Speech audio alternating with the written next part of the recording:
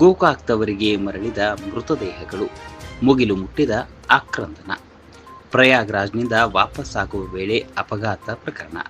ಅಪಘಾತದಲ್ಲಿ ಮೃತಪಟ್ಟವರ ಪಾರ್ಥಿವ ಶರೀರವನ್ನ ಮರಳಿ ತವರೂರಿಗೆ ತರಲಾಗಿದೆ.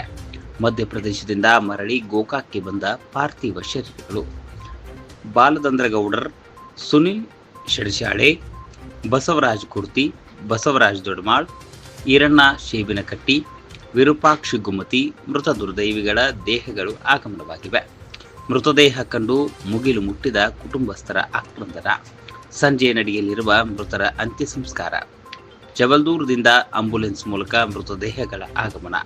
ಈ ಸಂದರ್ಭದಲ್ಲಿ ಪ್ರಯಾಗರಾಜದ ಮಹಾಕುಂಭಮೇಳಕ್ಕೆ ತೆರಳಿದ ಗೋಕಾಕ್ ಮೂಲಕ 6 ಜನರ ಮೃತ ಪಾರ್ಥಿವ ಶರೀರಗಳನ್ನು ಇಂದು ನಗರಕ್ಕೆ ತಲುಪಿದ ಹಿನ್ನೆಲೆಯಲ್ಲಿ ಮೃತರ ಅಂತಿಮ ದರ್ಶನವನ್ನ ಪಡೆದು ಅವರ ಆತ್ಮಕ್ಕೆ ಚಿರಶಾಂತಿ ಕೋರಿ ಕುಟುಂಬದವರಿಗೆ ಸಾಂತ್ವನವನ್ನ ಹೇಳಿದರು.